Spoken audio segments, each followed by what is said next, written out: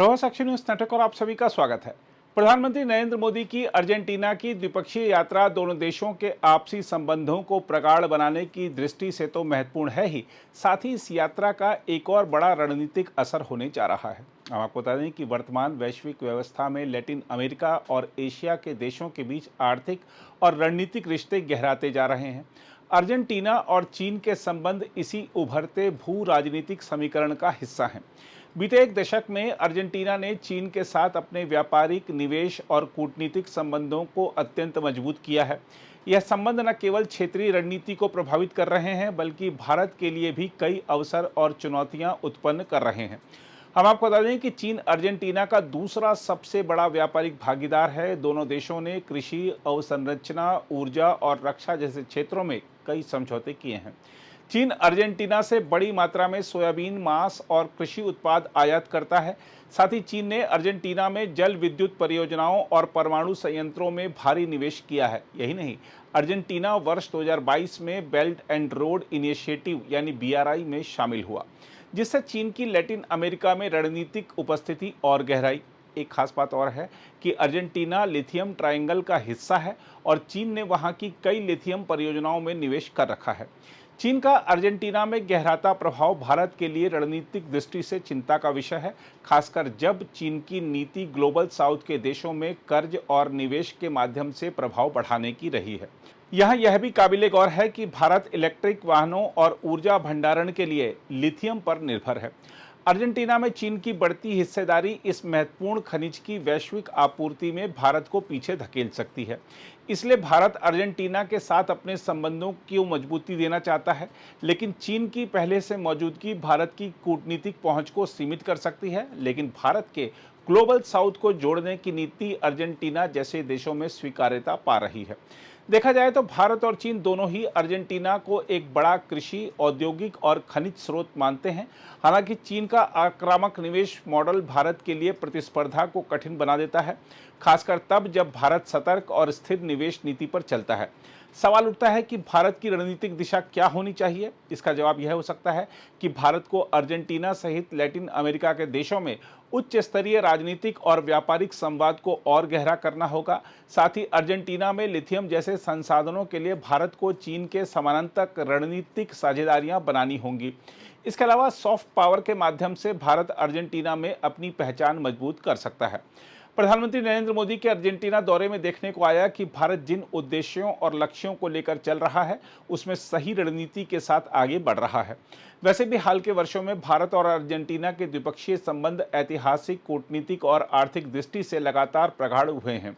ये संबंध केवल व्यापार और कूटनीति तक सीमित नहीं है, बल्कि विज्ञान, प्रौद्योगिकी, कृषि, खेल और संस्कृति जैसे विविध क्षेत्रों में भी परस्पर सहयोग का आधार बनते जा रहे हैं। हम आपको बता दें कि भारत और अर्जेंटीना के बीच औपचारिक राजनयिक संबंध 1949 में स्थापित हुए थे। दोनों देश वैश्विक मंचों पर समान विचार साझा करते हैं, जैसे बहुपक्षवाद, जलवायु परिवर्तन, आतंकवाद विरोध और ग्लोबल साउथ की आवाज को सशक्त बनाना। पिछले 2 दशकों में दोनों देशों के बीच उच्च स्तरीय राजनीतिक यात्राएं, व्यापारिक समझौते और रणनीतिक सहयोग में उल्लेखनीय वृद्धि हुई है। प्रधानमंत्री की इस यात्रा के महत्वपूर्ण बिंदुओं पर गौर करें तो आपको बता दें कि दोनों देशों ने रक्षा, अंतरिक्ष और परमाणु ऊर्जा जैसे संवेदनशील क्षेत्रों में सहयोग को लेकर सहमति जताई। साथ ही अर्जेंटीना चूंकि लिथियम ट्रायंगल का हिस्सा है और भारत की इलेक्ट्रिक वाहन नीति के लिए लिथियम एक प्रमुख संसाधन है, इसलिए प्रधानमंत्री की यात्रा में लिथियम आपूर्ति के समझौते बेहद अहम रहे। इसके अलावा अर्जेंटीना कृषि विज्ञान और जैव प्रौद्योगिकी में उन्नत है, इसलिए भारत ने कृषि क्षेत्र में सहयोग की दिशा में भी कदम बढ़ाए हैं। साथ ही दोनों देशों ने द्विपक्षीय व्यापार को और बढ़ाने पर जोर दिया। विशेषकर IT, फार्मा और ऑटोमोबाइल सेक्टर में निवेश को प्रोत्साहन देने पर सहमति हुई। आगे की संभावनाओं पर गौर करें तो कहा जा सकता है कि भारत अर्जेंटीना संबंध आने वाले वर्षों में और अधिक सुदृढ़ हो सकते हैं, विशेषकर नवीकरणीय ऊर्जा, खासकर सौर और पवन ऊर्जा में। इसके अलावा छात्र विनिमय कार्यक्रम और विश्वविद्यालयों के बीच साझेदारी से शिक्षा क्षेत्र में आपसी सहयोग और बढ़ने की संभावना है। साथ ही अर्जेंटीना की फुटबॉल विरासत और भारत की सांस्कृतिक विविधता के बीच सांस्कृतिक आदान प्रदान की भी अपार संभावनाएं हैं। कुल मिलाकर देखें तो प्रधानमंत्री नरेंद्र मोदी की अर्जेंटीना यात्रा भारत की एक्ट ग्लोबल कूटनीतिक नीति का महत्वपूर्ण हिस्सा रही है। इस यात्रा ने न केवल दोनों देशों के बीच सहयोग के नए द्वार खोले हैं, बल्कि वैश्विक मंच पर भारत की भूमिका को और सुदृढ़ किया है। अर्जेंटीना जैसे लैटिन अमेरिकी देशों के साथ भारत के संबंधों की सुदृढ़ता न केवल आपसी सहयोग को बढ़ावा देती है, बल्कि वैश्विक संतुलन की दिशा में एक सकारात्मक कदम भी है। बहरहाल, प्रधानमंत्री नरेंद्र मोदी की अर्जेंटीना की 2 दिवसीय यात्रा की बात करें तो आपको बता दें कि ब्यूनस आयर्स पहुंचने पर एजेइजा अंतर्राष्ट्रीय हवाई अड्डे पर उनका औपचारिक स्वागत किया गया। हम आपको बता दें कि यह 57 वर्षों में किसी भारतीय प्रधानमंत्री की अर्जेंटीना की पहली द्विपक्षीय यात्रा है। प्रधानमंत्री के रूप में यह मोदी की दूसरी यात्रा है। इससे पहले वह 2018 में G20 शिखर सम्मेलन के लिए अर्जेंटीना गए थे। भारतीय समुदाय के लोगों ने होटल पहुंचने पर प्रधानमंत्री मोदी का स्वागत मोदी मोदी के नारों और भारत माता की जय के उद्घोष के साथ किया। प्रधानमंत्री ने समुदाय के लोगों के साथ कुछ देर बातचीत भी की। उनके स्वागत में एक सांस्कृतिक नृत्य भी पेश किया गया। जी, मोदी जी से मिले हैं, बहुत अच्छा लगा। और अर्जेंटीना में मोदी जी को देख करके हमें बहुत प्रसन्नता हुई। हम चाहते हैं कि दोनों देश का जो संबंध है, चाहे वो कॉमर्शियल संबंध हो या कल्चरल संबंध हो, वो बढ़े और दोनों देश की इसमें प्रगति हो, दोनों देश का हित हो। मैं उनको लास्ट टाइम मिला था जब उनकी लास्ट विजिट हुई थी, but this is the first time he is coming for his bilateral talks. So it is a privilege for us, and I want to send my greetings to the respected and honorable Prime Minister on behalf of our Indian community. And we are very happy and our hearts are filled with pride and joy to receive our honorable Prime Minister. And अभी आपसे मिले? हाँ, अभी मिला, हाँ। Yes, I just met him. मैं Rosario से आया हूँ। यहाँ से 400 किलोमीटर दूर है, सिर्फ मोदी जी को हेलो बोलने के लिए, आने के लिए, यहाँ पे इस छोटी सी कम्युनिटी के लिए इतना सब कुछ करने के लिए और इंडिया की रेपुटेशन भी बढ़ाने के लिए। जी, उनको हाथ मिलाने का मुझे मौका मिला एक बार। जी, मैं तो वही बोलूँगा, Modi ji is the best. Thank you. Modi ji से मिलकर बहुत अच्छा लगा और अर्जेंटीना में देखते हुए अच्छी लगा मोदी जी को, और मोदी जी से हाथ मिलाने की हमें मौका मिला। और मैं यहाँ 3 साल से आया हूँ, आईटी कंपनी में काम करता हूँ, ZS एसोसिएट्स, और पहली बार मैं प्राइम मिनिस्टर नरेंद्र मोदी से मिला हूँ। मुझे बहुत अच्छा लगा उनसे मिलके, और शायद ही ये कभी पॉसिबल होता मेरे लिए, बट मुझे चांस मिला तो मैं बहुत खुश हूँ। हाय, मेरा नाम पूर्वा है और मैं इनकी वाइफ, और हम दोनों सॉफ्टवेयर इंजीनियर हैं यहाँ पे। मैं भी आईटी में जॉब करती हूँ, एंड पता नहीं था कि यहाँ पे आने के बाद हमें मिलने का मौका मिला।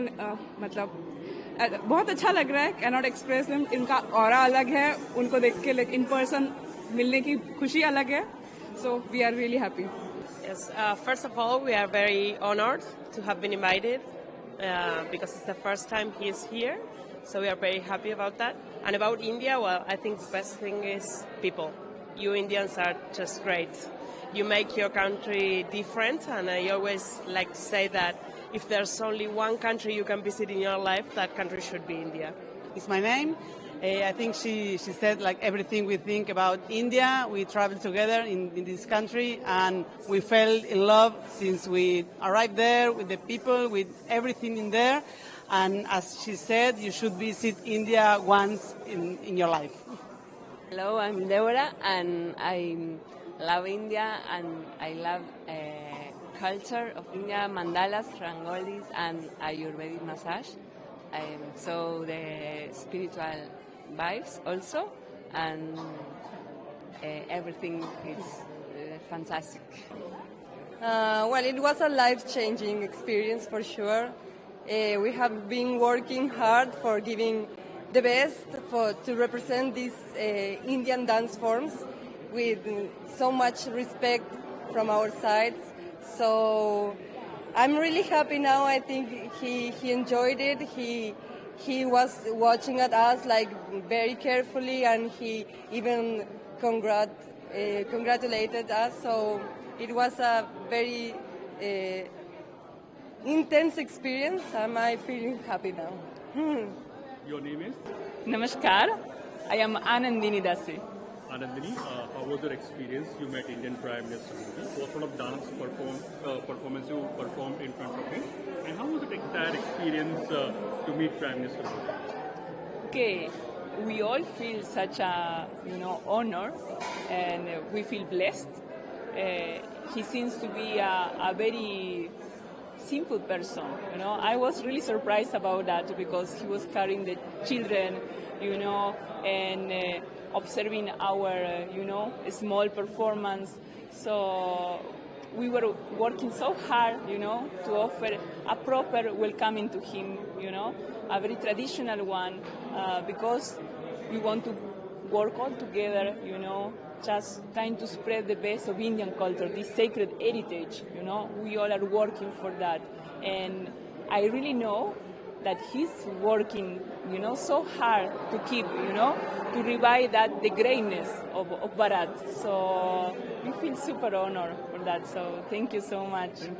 It was an amazing experience. It was once in a lifetime type of experience, and yeah, we danced. He stood there and saw us, and then he praised us. I think he said "Sabash," and he clapped. So I think he liked it, and it's an amazing feeling right now to have gone through this and have the honor to be in the welcome committee of ceremony for the Prime Minister. It's amazing. So thank you so much.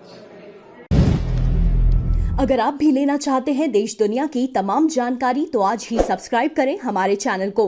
साथ ही नीचे दिए bell icon को जरूर दबाएं ताकि हर update आप तक पहुंच सके।